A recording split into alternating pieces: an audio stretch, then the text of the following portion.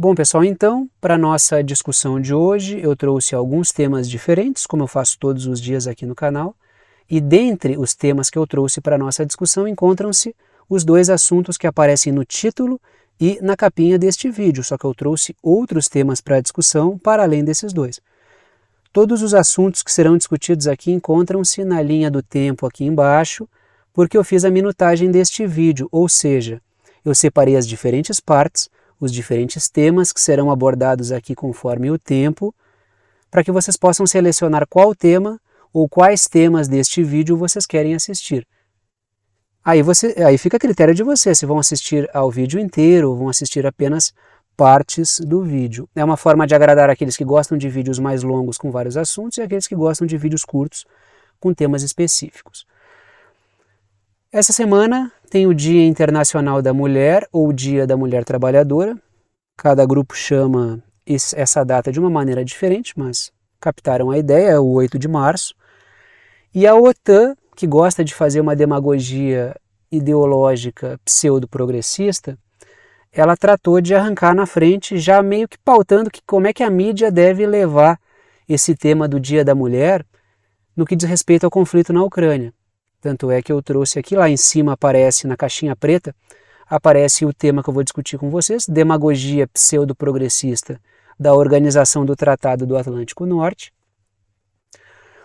Um título ali, um artigo do Atlantic Council do dia 2 de março, já abrindo a discussão do dia 8 de março.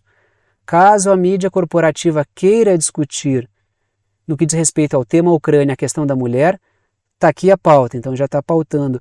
O papel desses think tanks, desses centros de estudos, como o Atlantic Council, como o Fórum Econômico Mundial, que inclusive é muito mais do que um centro de estudos, é justamente pautar a mídia, pautar os formadores de opinião, pautar o empresariado, pautar políticos. Esse é produzir ideias que contaminem, que contagiem as pessoas com certas percepções de mundo. Se vocês pararem para observar direitinho, se colocar no liquidificador as ideias do Atlantic Council e as ideias que são produzidas pelos artigos do Fórum Econômico Mundial, que são publicadas pelos artigos do Fórum Econômico Mundial, a gente tem o suco que sai disso aí é o que passa na mídia corporativa no que diz respeito a temas internacionais. É o suco ideológico que a mídia corporativa vomita pela TV, nos jornais e assim por diante. Então, preparem-se, porque o Dia da Mulher vai ter esse tema. E aí tem uma foto meramente ilustrativa que aparece nesse artigo do Atlantic Council, ou Conselho do Atlântico, que é um centro de estudos da OTAN. E o título da matéria do artigo é o seguinte: leiam, mas leiam com o devido cuidado, porque trata-se de um centro de estudos da OTAN. As mulheres da Ucrânia estão desempenhando um papel fundamental na luta contra a Rússia. Qual é o projeto de fundo aí? Apresentar a Rússia como assassina de mulheres. São as mulheres contra a Rússia. A OTAN usa e abusa desse discurso pseudo-progressista para tentar fazer uma pescaria ali de progressista desavisado. E vou dizer para vocês, consegue fazer isso com uma grande margem de sucesso. Eles fazem esse discurso, tem toda uma... Hoje em dia a gente está vendo um mundo meio embaralhado. Normalmente tem assim, né? Esses grupos mais poderosos criam esses discursos ideológicos para enganar todo mundo, botar o óculos errado em todo mundo. Mas a gente vê um mundo meio embaralhado, a gente vê a mídia corporativa falando sobre combate às fake news, sendo que são os mais mentirosos. A gente vê os grupos financeiros e as empresas, as corporações transnacionais mais promotoras de desigualdade, que mais especulam, empobrecem e destroem os mais variados recursos naturais no mundo, falando sobre inclusão, meio ambiente. Então existe uma enorme confusão e tem gente que é fisgada por isso aí. Vai muito mais pela narrativa do que pela realidade. Aí se deixa fisgar por isso. Por isso que a OTAN faz esse trabalho, porque tem gente que cai nisso. Trouxe duas ideias ali para a gente discutir nessa primeira tela. A primeira delas é a seguinte: aproveitando o Dia da Mulher, ou o Dia Internacional da Mulher, ou o Dia da Mulher Trabalhadora, chamem como quiserem, a OTAN não perdeu o embalo para arrebanhar progressistas distraídos. E consegue sucesso, tá? E consegue sucesso. Vocês devem ter exemplos de conhecidos, amigos do campo progressista que embarcam nessa gosma da OTAN, que é um absurdo completo. A OTAN é o braço armado das oligarquias financeiras transnacionais e o projeto geopolítico desses setores, dos setores anglo-yankees, desses setores financeiros das oligarquias anglo-yankees, que são os maiores promotores de desigualdade, de exclusão, de destruição da natureza. Ver esse pessoal usando propaganda de inclusão, diversidade e proteção do meio ambiente é muita loucura, mas enfim, é isso que acontece quando a gente se deixa levar pela narrativa e não olha para a concretude das coisas. O segundo ponto que eu trago ali é o seguinte: as forças transnacionais têm usado temas sexuais e raciais para arregimentar apoio de setores progressistas. Falar sobre sucessos no campo das liberdades civis, tentar apresentar um mundo completamente diferente daquele que o seu projeto, na verdade, faz acontecer. Quanto mais avança a realidade concreta do projeto econômico desses setores britânicos, estadunidenses, que dão base, que utilizam a OTAN como braço, quanto mais avança esse projeto, mais se destrói a natureza e mais o mundo fica excludente. Aí os caras vão criando uma narrativa cada vez mais fantasiosa para encobrir isso. E é no campo da... Então, temas sexuais e temas raciais. Deixa eu passar para a próxima imagem que eu acho que vocês vão gostar. Tá aí uma imagem, uma foto da OTAN, pessoa ali que não importa quem, eu não me lembro quem é essa pessoa aqui, tá? É uma imagem meramente ilustrativa. O símbolo da OTAN, Organização do Tratado do Atlântico Norte, um rolo compressor que está tentando destruir o sul global, que está tentando ampliar os monopólios das oligarquias financeiras do norte global, digamos assim, né, sobretudo oligarquias britânicas e estadunidenses. E aparece ali o quê? Aparece ali uma bandeira, né, da diversidade sexual. Ou seja, esse pessoal está usando e abusando dessa temática, que é para parecer que existe um sentimento de preocupação com a diversidade, preocupação com a inclusão. Essa é a questão fundamental. Não há projeto concreto da OTAN para os problemas dos países da América Latina, para os problemas dos países da África, para os problemas dos países da Ásia. Mas eles têm um projeto abstrato de liberdades civis que, em tese, vai melhorar a vida das pessoas. Essa é a grande loucura. Não é que eles queiram a diversidade ou queiram a liberdade, isso todos queremos, mais aceitação da diversidade, mais liberdade para todo mundo. A questão é que o projeto concreto desse pessoal é destruir a vida de todo mundo. É reduzir a inclusão, é reduzir a diversidade real, é destruir a natureza, e falam em agenda ambiental também. Trago ali duas ideias que sintetizam essa discussão que eu estou fazendo aqui. A OTAN é o braço armado das oligarquias anglo-yankees, responsáveis por todas as formas de desigualdade, opressão, destruição da natureza e todo tipo de porcaria possível, não só nos países centrais, como principalmente no sul global. Todos os tipos de problemas possíveis e imagináveis, de desordem política, revoluções coloridas, desordens no campo social, problemas ambientais, são produzidos pelas oligarquias que bancam a OTAN. Aí vem a OTAN usar esse discurso do Dia da Mulher, da liberdade feminina, etc, etc, que é um absurdo completo. Até me aproximei da câmera para falar, né? Segundo ponto, a resposta, aí vem um joguinho interessante, né? Porque se vocês vão pegar, assim, ó, eu peço que vocês comparem alguns textos do Atlantic Council, que tem essa levada pseudo-progressista, com um centro de estudos que também é ligado à OTAN, que é o Heritage Foundation, tá? Escreve com H, Heritage Foundation, de fundação, né? E aí vocês comparem, os dois são OTAN até a medula, só que um produz um discurso pseudo-progressista e os outros vão pela uma via neocon-conservadora. Aí o que eles produzem, o Heritage Foundation produz uns discursos assim que eles batem de frente com esse pseudo-progressismo da OTAN. Aí fica uma luta de brinquedo e boa parte das pessoas se perde só nisso aí, sendo que os dois caminhos levam para o mesmo buraco, que é o projeto das oligarquias financeiras britânicas e estadunidenses. E fica nessa discussão de pauta de costumes, pautas sexuais, pauta de costumes, e morre aí. E as pessoas estão se dividindo nisso. Eu sou progressista, eu sou conservador. Quando, ao meu ver, aí todo mundo tem direito de discordar, a minha percepção de mundo é que essa questão progressista conservador, ela é muito mais dialética. Todo mundo, em certa medida, quer que certos elementos sejam preservados e, em certa medida, quer que certas coisas mudem. E a sociedade é que vai deliberando sobre isso. E aí fica essa discussão sobre pessoas que querem destruir tudo, todos os valores possíveis e existentes, jogam fora, o bebê vai junto com a água do banho, e outras que são apegadas a um passado que nunca existiu na prática. E aí fica essa discussão esquizofrênica que a gente vê nas redes, que é uma discussão maluca, que é como se fosse uma esquerda californiana contra uma direita texana. E essa é a loucura de ser pautado totalmente pelos falsos opostos dos Estados Unidos, né? Aí eu trago um segundo ponto ali, ó. A resposta tosca dada por alguns grupos, em boa medida conservadores, sob a influência neocon e yankee, empurra gente bem intencionada e progressista para a demagogia pseudo-progressista da OTAN. Assim como muita gente que tem alguns elementos mais conservadores é empurrada para a direita neocon, porque existe uma esquerda ao estilo OTAN também, que são aquela coisa da esquerda lacradora e da direita mitadora, que as duas são muito chatas e são complementares. Isso gera uma discussão muito empobrecida e muito distanciada da realidade, né? A coisa é muito mais complexa que isso. Então, prestem atenção nessa pauta da mulher aí ligada à OTAN. Eu trouxe aqui para a gente falar um pouco sobre isso. Eu fui lá no site do Atlantic Council e pesquei mais um tema também importante, vamos falar um pouquinho da Turquia.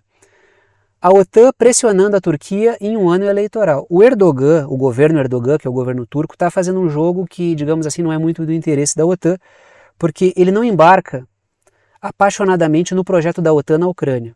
O que a OTAN gostaria que a Turquia fizesse? Que a Turquia abraçasse de maneira entusiasmada o projeto na Ucrânia, e a princípio a OTAN tinha essa esperança, porque a Ucrânia vem utilizando drones turcos, mas a Turquia está ali meramente fazendo um jogo de negócio de armas.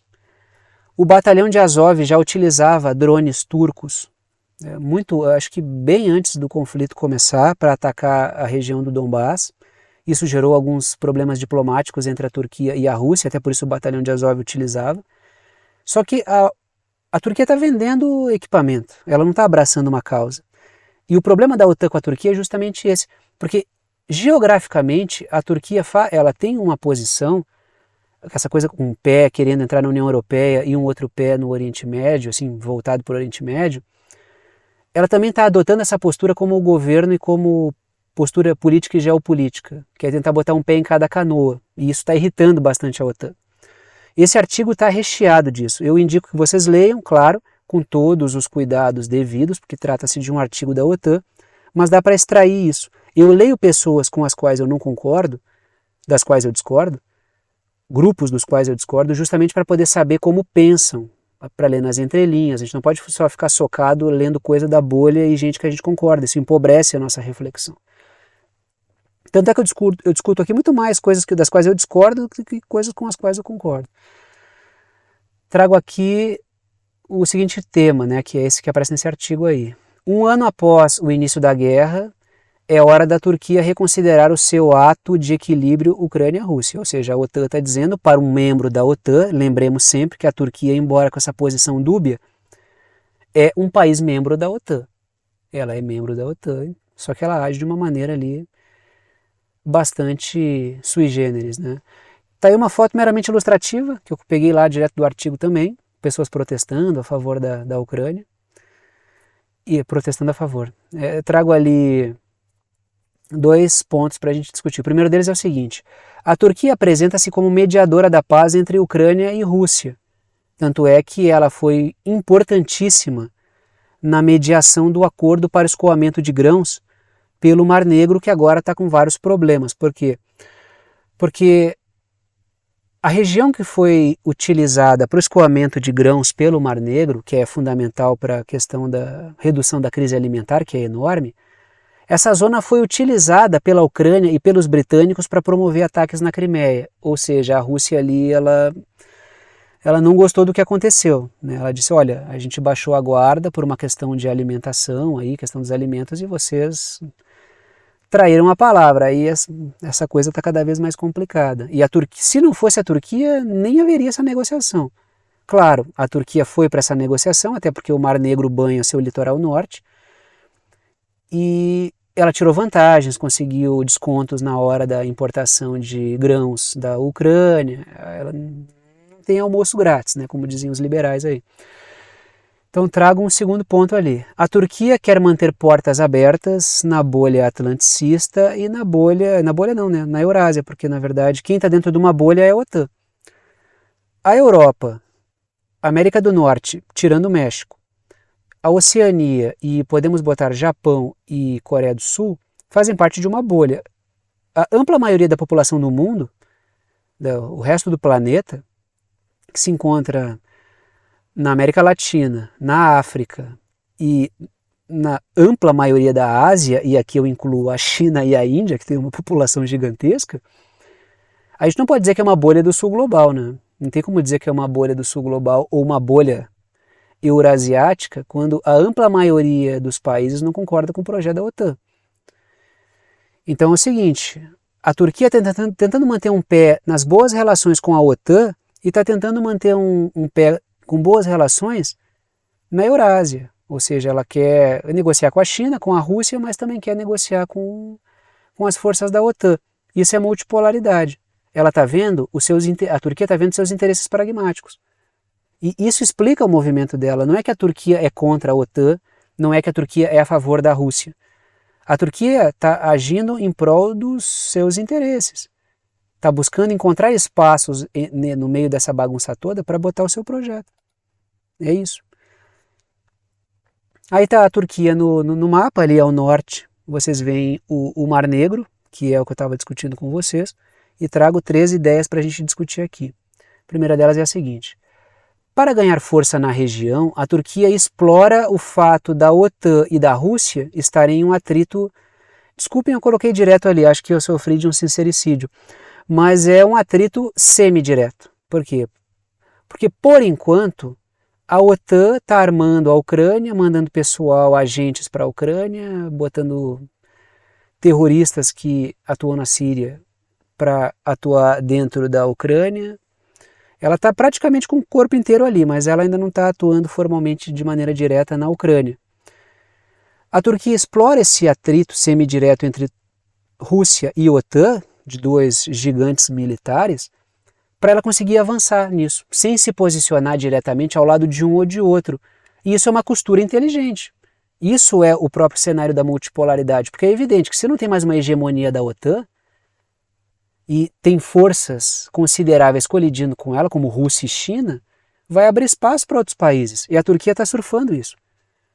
Um exemplo é o quê? É a Turquia estimulando o Azerbaijão, como eu coloco ali, contra a Armênia, para fragilizar a posição da Rússia na região, para fragilizar os laços entre a Armênia e a Rússia. Isso é um exemplo, e a Turquia tem uma ampla influência sobre o Azerbaijão. É um dos exemplos dos movimentos que o Erdogan faz, do governo Erdogan faz. Trago ali um segundo ponto. A Turquia travou a entrada de embarcações de guerra no Mar Negro, e isso também representa que ela não está querendo que o conflito ganhe corpo no Mar Negro. Por quê? Porque o Mar Negro banha o seu litoral norte.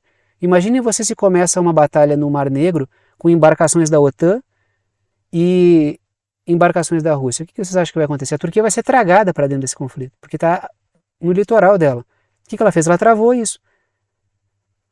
Lá atrás, alguns articulistas, digamos assim, críticos da OTAN, como é o meu caso também, sou crítico da OTAN, mas eu não gostei muito daquela tese. O Erdogan demonstra que está ao lado do Putin ao impedir que a OTAN coloque embarcações no Mar Negro. Ele não estava fazendo um trabalho a favor da Rússia. Ele estava fazendo um trabalho a favor dele próprio. Por acaso, isso acabou favorecendo a Rússia, né? Tanto é que tem um trecho desse artigo que fala que o Erdogan favoreceu a Rússia. O Erdogan não favoreceu a Rússia. Ele tentou blindar-se. Aparece ali no final ali o que eu botei. Ó. O artigo usa a questão do Mar Negro para jogar a Turquia contra a Rússia, dizendo que a Turquia está deixando o Mar Negro ser um lago da Rússia, meio que dizendo assim, olha, vocês vão ser dominados também. Para quê? Para tentar jogar a Turquia contra a Rússia. Esse pessoal tem ardil, tá? Junto com aquele açúcar que tem nos textos que eles colocam ali, tem muito veneno, tá? Aí é um dos temas que aparece no título e na capinha para vocês, que é a questão do G20, né? O encontro do G20 ocorreu em uma nação não alinhada, no caso a Índia. Teve o encontro do G20 que aconteceu discussões foram feitas lá, 90% das discussões ficaram nessa coisa da China e da Rússia discordarem do projeto da OTAN e da OTAN discordar da China e da Rússia. Substancialmente as coisas não mudaram. Então, até vou trazer aqui uma matéria que fala sobre o encontro do Antony Blinken com o Lavrov, que durou praticamente nada, pelo menos que eu saiba, durou 10 minutos e não mudou merda nenhuma do cenário. Não vi grandes discussões, tá? Pode ser que mais repercussões venham ao longo da semana e eu trago aqui, mas o que eu consegui xeretar até agora não me veio nada de muito substancial. O interessante é observar a Índia, né, nesse contexto. Eu acho muito interessante o papel da Índia nesse contexto, que é um papel que a Turquia está tentando ter, mas a Índia ela tem se projetado no cenário internacional de uma maneira tão interessante que vale a pena dar uma observada nisso aqui, né? Coloco aí. Na reunião do G20, o Narendra Modi, que é esse senhor que aparece aí, que é o líder político indiano, diz que governança global falhou. Aí continua ali no subtítulo. O líder indiano pede que o bloco encontre o G20, né, os grandes 20 países do mundo aí, grande no sentido de importância econômica. O líder indiano pede que o bloco encontre um terreno comum em questões globais ao inaugurar a reunião marcada para ser dominada pela guerra na Ucrânia. Tá?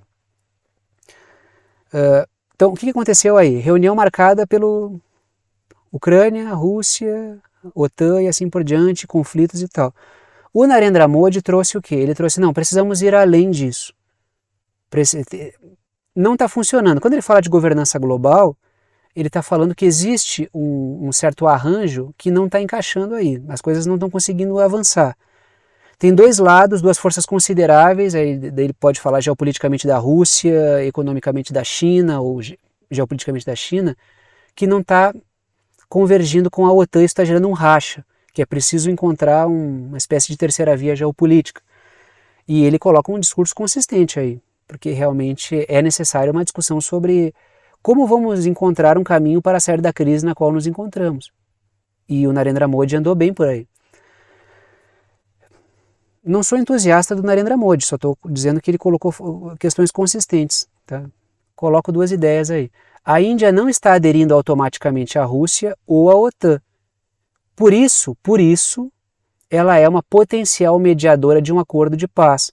Detalhe, a Índia vem se abstendo de votar contra, por exemplo, na condenar as operações russas na Ucrânia. A Índia não condenou, ela se absteve. Não é que ela apoiou a Rússia, ela se absteve, dizendo, isso não é um problema meu. Automaticamente ela se cacifa como mediadora de um acordo de paz. Por quê? Porque ela não está dizendo que é a favor da Rússia, ou que é a favor da Ucrânia, ou que é a favor da OTAN, ou que é a favor seja lá do que for. Ela está dizendo, eu estou me abstendo disso, porque isso não é um problema no qual eu tenho que ter uma posição. Não é um problema meu, diretamente falando. Trago um segundo ponto. No que tange a polarização China e Estados Unidos, a Índia também forma uma terceira força. Ela não adere à China automaticamente, país com que ela tem muitos problemas, inclusive, até por serem vizinhos, mas ela também não morre de amores pelo outro lado. Tem problemas históricos enormes com o lado anglo-yankee, por causa da história colonial que tem ali os britânicos com a Índia. Ou seja, a Índia realmente é uma terceira força, com uma economia que cresce bastante, está entre as maiores economias do mundo. Continuo discutindo a questão do G20, trago aí duas ideias, foto meramente ilustrativa e coloco ali a primeira.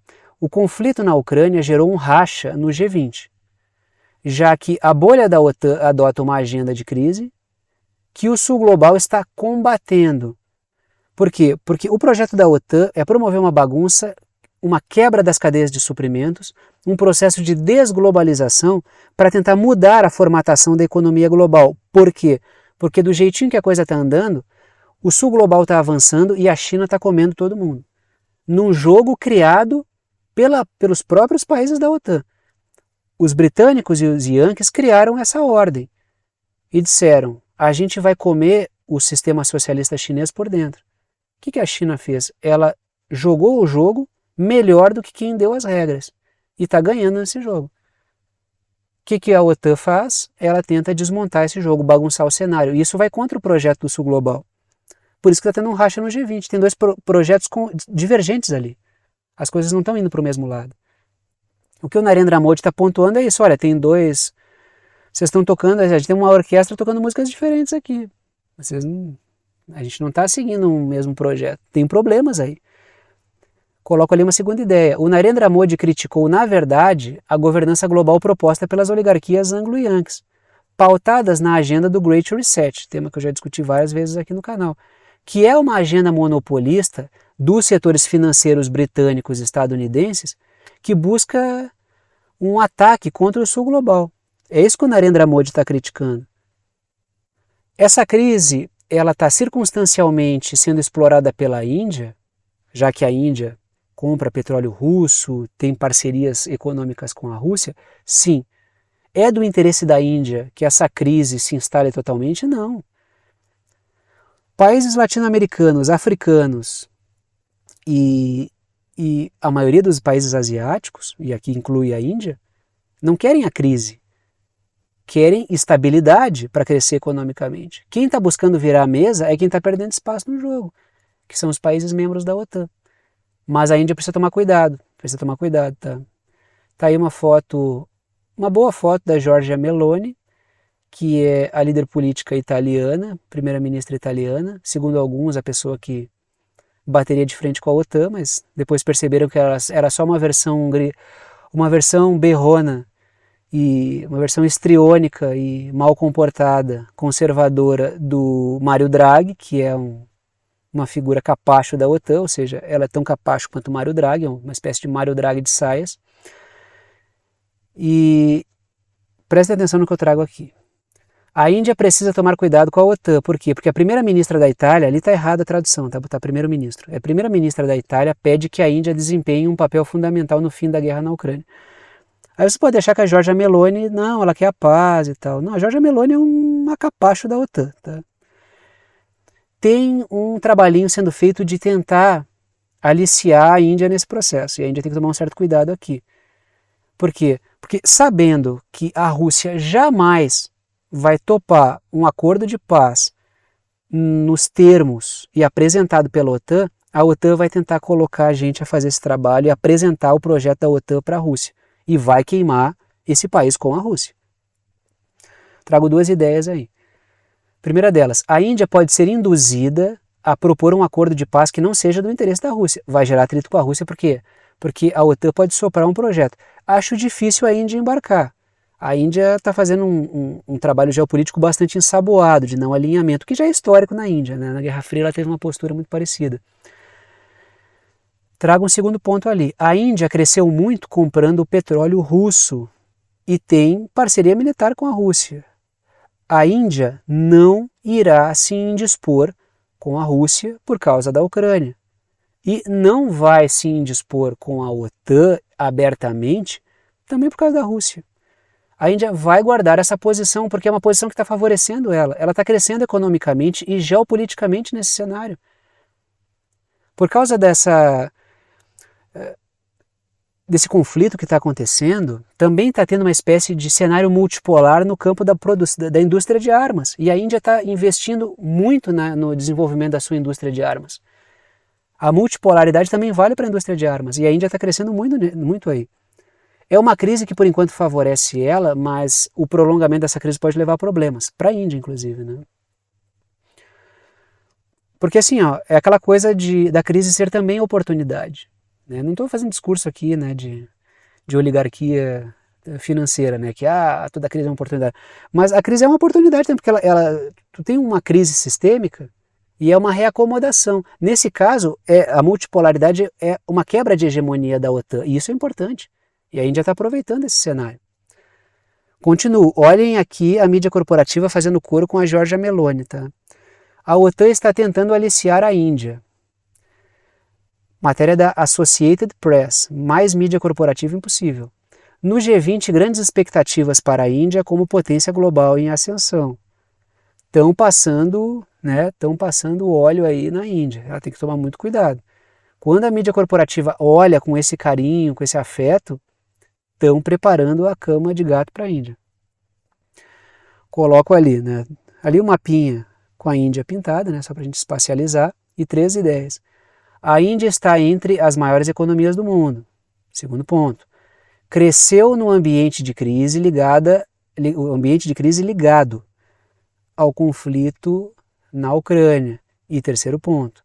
A Índia quer substituir a China como horizonte de investimentos, ou seja, ela também não vai se fechar para as oligarquias financeiras transnacionais anglo-yankees. Só que a Índia, para conseguir substituir a China como horizonte de investimentos, ela precisa superar muitos problemas.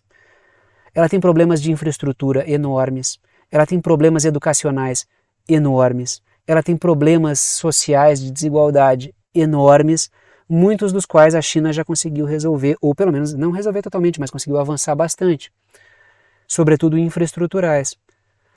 O grande dilema do grande capital anglo-yankee é: nós nos tornamos China dependentes, é gostoso demais investir na China. E a irracionalidade desses setores, como eles querem ganhar dinheiro, eles alimentam a China, que é uma adversária geopolítica dos Estados Unidos. E tem um projeto geoeconômico bastante sofisticado, que não é o mesmo dessas oligarquias.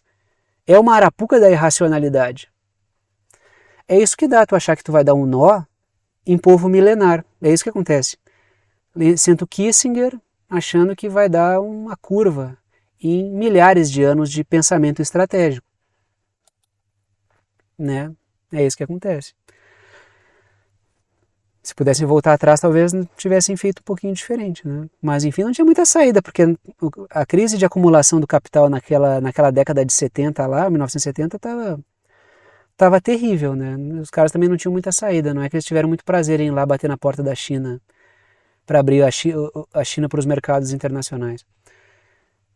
Vamos continuar na reunião do G20, porque o Blinken e o Lavrov conversaram, tá? E aí tem uma matéria da Associated Press super exagerada. Estados Unidos e Rússia realizam negociações de mais alto nível desde a invasão da Ucrânia. Talvez por ser um encontro pessoal entre o Lavrov e o Antony Blinken. Por isso, mas o conteúdo da discussão não serviu de nada, tanto é que eu coloco ali, ó. O título passa uma impressão exagerada sobre uma conversa de 10 minutos que não mudou merda nenhuma, me perdoe a expressão. Não teve conteúdo consistente, não mudou nada. E por que não mudou nada? Coloco ali no segundo ponto. Conversas não mudam nada se a situação concreta seguir a mesma. A correlação de forças é a mesma? O ambiente de conflito é o mesmo? As condições de crise geopolítica e econômica são a mesma? Então a conversa não vai mudar nada. Se a coisa não mudar do estrutural para o político, é difícil, claro. Não estou dizendo que a diplomacia não tem papel, não estou dizendo... Mas assim, para a diplomacia ter papel, eu acho que a coisa precisa piorar muito ainda. Eu acho que a coisa ainda vai piorar muito antes de começar a melhorar. Então essa conversa não mudou muita coisa. Não mudou e não vai mudar enquanto as condições de correlação de forças não mudarem. Para a política é a mesma coisa. São tudo resultantes. São resultantes de embates concretos. Por si só, uma conversa não vai mudar muita coisa. O político, já falei várias vezes, a figura diplomática, ela é uma resultante de um embate muito maior. Não é o cara lá, o peso da voz dele, não tem nada a ver isso aí. Agora vamos falar do outro fronte, né, que tá se armando para depois da Ucrânia, durante o conflito na Ucrânia, não sei, mas é o conflito em Taiwan que está sendo aí preparado com todo carinho pelos Estados Unidos. Tem uma crise global brutal, provavelmente um apagão tecnológico, não sei se vão levar a gente para esse buraco, mas o fato é que os Estados Unidos estão preparando com todo o carinho do mundo uma nova crise e um novo conflito.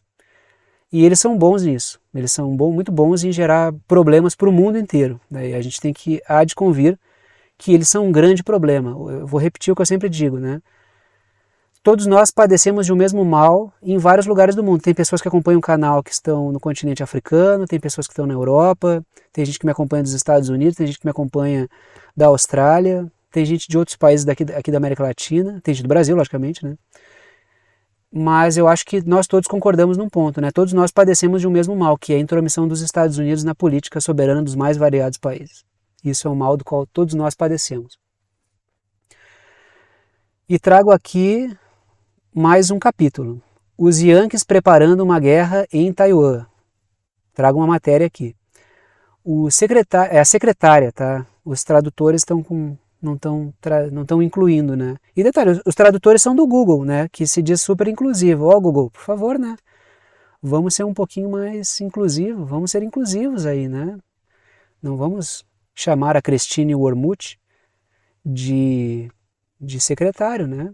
Por favor, vocês não estão sendo inclusivos e não estão promovendo a diversidade assim. Secretário do Exército dos Estados Unidos apresenta estratégia para a guerra com a China. É a secretária, tá? É a secretária do Exército dos Estados Unidos apresenta estratégia para a guerra com a China. É a segunda vez nesse ano que alguém de relevo, ligado ao setor militar ou com contatos lá dentro, ou o representante, fala de guerra com Taiwan. Não me recordo o nome do cidadão, do general, um general de 4 estrelas até, se não me engano, que falou sobre os Estados Unidos têm que se preparar para uma guerra com Taiwan, ou está se preparando, uma coisa assim. Trago 2 ideias, a foto da secretária do Exército dos Estados Unidos, e trago 2 ideias ali. Ela acha pouco provável uma invasão da China a Taiwan, ou seja, então para que vocês estão falando em guerra com a China? O princípio não é se a China invadir vai ter guerra, então a China não vai. Eles acham improvável, mas estão tramando uma guerra ainda assim. Mas enfim.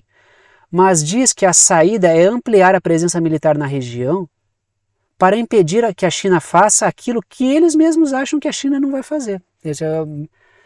É uma lógica bem maluca, né? Ela diz que acha pouco provável que a China vá promover uma invasão a Taiwan, mas ela diz que a saída é ampliar a presença militar na região para impedir que a China faça aquilo que eles não acham muito provável que a China vá fazer. Entenderam qual é o universo paralelo, assim, o duplo pensar, basicamente um duplo pensar aqui, né? A gente tem um caso típico de ideias contraditórias que estão sendo jogadas ao mesmo tempo. Isso enlouquece qualquer um, né? E os Estados Unidos fazem isso o tempo inteirinho, Vamos lá, né? Na verdade, isso aqui tá mais para cara de profecia autorrealizável. Olha, vocês não invadem, e começa a jogar um monte de militar para lá, até o momento que tentam forçar a China a invadir. Aí ela invadiu, viu? Eu disse que a gente tinha que botar um monte de gente aqui porque eles iam invadir, sendo que quem disparou o processo foram eles próprios. Trago aqui uma segunda ideia. A China já deixou claro que seu plano é promover uma integração gradual e dialogada com as forças políticas de Taiwan. Uma luta por corações e mentes. Uso meio sem vergonha dessa expressão que, né, acho que tem origem lá no período neocolonial, né? Nem devia ter usado muito, mas eu acho que a expressão ficou boa, embora a sua origem não tenha sido muito boa, né? Mas a China já falou que vai trabalhar gradualmente, não vai invadir Taiwan. É custoso, política, financeira e militarmente. É difícil invadir Taiwan.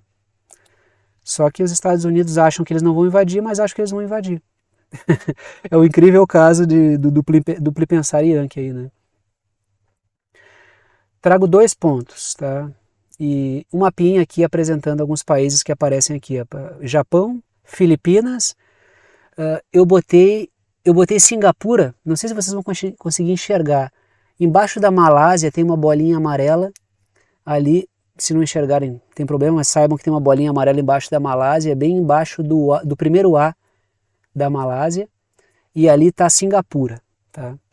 E pintei a Austrália também, Japão, Filipinas, Singapura e Austrália. Trago 2 ideias aí. A secretária disse que Japão, Austrália, Filipinas e Singapura podem ser usados como pontos para instalação de equipamentos e de pessoal também. Porque o Japão já é ocupado militarmente pelos Estados Unidos. As Filipinas estão mergulhando numa situação cada vez pior. Singapura será utilizada com certeza e a Austrália é um puxadinho geopolítico do Reino Unido. O que eles estão dizendo aí? Que estamos preparando uma certa situação. Coreia do Sul, para onde vai? Não sei. Japão vai se deixar ser usado assim? Não sei. A Austrália não tem muita saída. Trago ali um segundo ponto. É a segunda vez em poucos meses que vemos figuras ligadas ao meio militar falarem. Tá? É a segunda vez em poucos meses que vemos figuras ligadas ao meio militar falarem sobre preparação para uma guerra contra a China. E eu mudei o falarem por falem. Por falam, achei que estava errado, cara. E não... É incrível, né? Desatenção é uma coisa triste. Me perdoem aí pela minha construção, tá? Mas é a segunda vez que representantes do governo Yankee ou da estrutura militar Yankee falam sobre preparar-se para uma guerra. Aí vem do meio militar, o Congresso vai lá e pá, chancela também. Projeto de lei aí apresentado por essa congressista que é a Michelle Steel. A Michelle Steel, eu acho que ela é do Partido Republicano. E acho que ela é sul-coreana, ela nasceu na Coreia do Sul, se eu não me engano, tá? Mas está aí trabalhando como congressista nos Estados Unidos.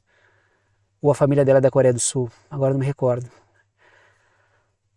Ela não é taiwanesa, tá? O Congresso atuando junto para construir o caos. Coloco ali um projeto de lei que eu extraí do Congresso dos Estados Unidos, providenciar o empréstimo e arrendamento de artigos de defesa ao governo de Taiwan e para outros fins. O que eu estou falando aqui? Que os Estados Unidos querem fornecer armas para Taiwan, emprestar armas para Taiwan, arrendar armas para Taiwan, alugar armas para Taiwan, mesmo não estando num conflito direto, está abrindo precedente. Eu me autorizo a emprestar armas para outro país que nem é país, diga-se de passagem, né? Taiwan é território chinês com autonomia administrativa, ou seja, é muito pior. Olhem aí, essa lei que os Estados Unidos estão se autorizando a emprestar armas para outros num conflito no qual eles não se encontram, para mim, assim, ó, é a expressão pura e simples de estou usando você para fazer uma guerra por procuração. Eu te empresto o meu equipamento, eu te arrendo o meu equipamento, eu te alugo o meu equipamento, mas vocês é que morrem. Essa é a lógica, tá? Olhem ali, a lei terá um efeito semelhante ao que ocorreu na Segunda Guerra Mundial, quando os Estados Unidos armaram os aliados antes de entrar na guerra. É algo por aí. Segundo ponto. E eles vão comparar com a Segunda Guerra, por incrível que pareça, tá? Eles vão colocar a China como uma espécie de eixo do mal, né? Que naquele momento tinha até o Japão, diga-se de passagem, que entraram num atrito direto com os Estados Unidos na Batalha do Pacífico. E traga um segundo ponto ali, né? Os Estados Unidos dizem querer evitar uma invasão da China, mas acabarão por antecipar? É uma pergunta. Eles querem evitar algo que eles acham que realmente não vai acontecer, mas o envio de pessoal para lá pode acabar gerando aquilo que eles acham que não vai acontecer, mas pode acabar acontecendo porque eles mandaram o pessoal para lá, que foi para lá porque eles acham que vai acontecer, mas acham que não vai acontecer ao mesmo tempo. É assim que tu gera uma explosão, sabe aquelas memes de explodindo a cabeça? No qual no final das contas ninguém entende nada e acaba adotando os discursos que eles fazem. É assim que eles fazem, é exatamente assim. Eles vão criando um monte de narrativas que funcionam ao mesmo tempo, mas são contraditórias, no final ninguém sabe mais o que está acontecendo. Aí uma imagem do dragão chinês contra a águia Yankee, e trago duas ideias. A China é uma ameaça existencial à hegemonia Yankee porque pode apresentar um sistema global alternativo ao proposto pelas oligarquias anglo-yankees. Por isso, porque ela tem um sistema consistente, um projeto de economia e uma condução geopolítica, diplomática, que faz frente aos Estados Unidos. Ela pode oferecer um outro modelo, é isso que preocupa os Estados Unidos. É o país capaz de oferecer um rumo. Tanto é que quem está gerando crise são os Estados Unidos. Quem está amortecendo a crise é a China. Ou seja, ela já é o adulto na sala há muito tempo. E os Estados Unidos sabem disso. Trago um segundo ponto ali. O modelo da nova Rota da Seda da China está propondo estabilidade em um ambiente de caos produzido pelas forças da OTAN. Tanto é que o Sul Global ele não vai embarcar na OTAN porque a crise desfavorece essa crise está penalizando os países do Sul Global. Tem uma hegemonia que já foi para o espaço há muito tempo aí. Dito isso, paro por aqui, momento urso da bunda caída, personagem do Pica-Pau, momento de passar o chapéu para quem gosta, quer e pode apoiar este canal financeiramente. Pode apoiar por boleto, bancário ou cartão de crédito pela plataforma Apoia-se, está aí o endereço do Apoia-se. Pode apoiar pelo Pix. A chave Pix está aí, é uma chave de e-mail, pixverdadeconcreta@gmail.com. Está tudo na descrição aqui embaixo do vídeo. Pode ajudar com o valor que quiser, uma ajuda solidária, ajuda quem pode, ajuda quem quer e o conteúdo fica aberto para todo mundo. Ou pode ajudar pelo botão Seja Membro, que é um botão que fica embaixo do vídeo, aí ajuda diretamente aqui pelo YouTube. Todas as formas de apoio são bem-vindas, agradeço a todos que apoiam, são vocês que mantêm esse trabalho funcionando todos os dias. Vou parando por aqui e tchau para vocês.